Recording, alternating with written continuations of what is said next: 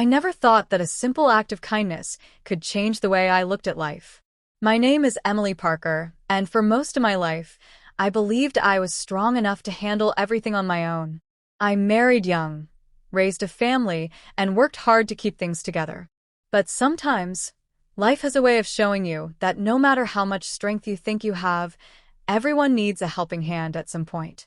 It all started during a time when I felt lonelier than I had in years. My marriage to Mark was strained.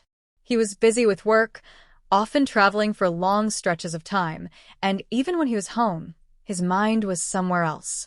We barely spoke beyond the necessary conversations about bills, chores, or family matters. There were no arguments, but the silence was heavier than words ever could be. I found myself longing for someone to simply notice me, to ask how my day was, to care in the way I used to believe love meant. One weekend, my sister called and told me her son, Ethan, would be coming to our town for college orientation. Ethan was 20, bright, and full of energy about the future. She asked if he could stay with us for a few days, since the campus was closer to my house than hers. I agreed, without hesitation. I had always adored Ethan. He was polite, thoughtful, and carried a quiet maturity for his age. When Ethan arrived, I was surprised by how much he had grown.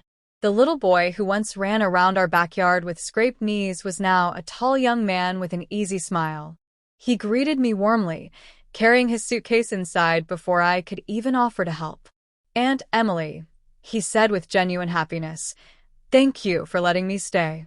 I hope it's not too much trouble." "Not at all," I assured him. "It's good to have some company around here." Over the next few days, Ethan's presence became a comfort I hadn't realized I was missing. He noticed little things like when I was struggling to carry groceries, he jumped in to help without being asked. When he saw me fixing a leaky faucet, he rolled up his sleeves and said, "Let me handle it, Aunt Emily." His kindness wasn't dramatic or over the top. It was thoughtful, steady, and sincere. One evening after dinner, we sat on the porch together. The sky was painted in shades of orange and pink, the sun setting slowly as cicadas sang in the background. I asked Ethan about his dreams, about what he wanted from college, from life. He spoke with passion about becoming an architect, about designing buildings that would bring people joy. I listened, truly listened, and realized how rare it had become in my own life to have such open conversations. When I shared a bit about myself, about how lonely I had been feeling lately, Ethan didn't dismiss it or brush it aside. He looked at me with such compassion and said, "Aunt Emily, you've always been the one who takes care of everyone else. You deserve someone to take care of you too." His words touched something deep inside me. For the first time in a long while, I felt seen. The days went on, and Ethan continued to help around the house. He painted the old fence that had been peeling for years. He mowed the lawn without being asked. He even fixed a shelf in the garage that Mark had promised to repair months ago. But beyond the physical tasks, it was his emotional presence that meant the most to me. He noticed when I seemed tired and offered to cook dinner. He asked about my favorite books and surprised me by bringing one to read together in the evenings. I began to look forward to those quiet moments after dinner when the world slowed down and we could just talk. It wasn't romantic, it was human, it was kind, it was what I had been craving for so long. One night, a storm rolled in. The rain poured heavily, thunder shaking the windows. I had always been uneasy during storms, and with Mark away on yet another work trip, the house felt too big and too empty. Ethan must have sensed my unease, because he came to the living room where I sat clutching a blanket. "Mind if I sit with you?" he asked gently. We sat together, watching the flashes of lightning through the window. "You know," he said softly, "storms don't last forever. They seem scary, but they always pass. And when they do, everything feels fresh again." I smiled faintly at his words. "You sound wiser than your age, Ethan." He shrugged modestly. "Maybe. Or maybe I just had a good example. You always taught me to look for the bright side." In that moment, I realized how much of an impact we can have on people without even knowing it. The kindness I had given him when he was younger had come back to me in ways I couldn't have expected. The rest of his visit passed quickly, and when it was time for him to leave, I felt a pang of sadness. He hugged me tightly and said, "Aunt Emily, don't forget what I told you. You deserve kindness. Don't settle for less."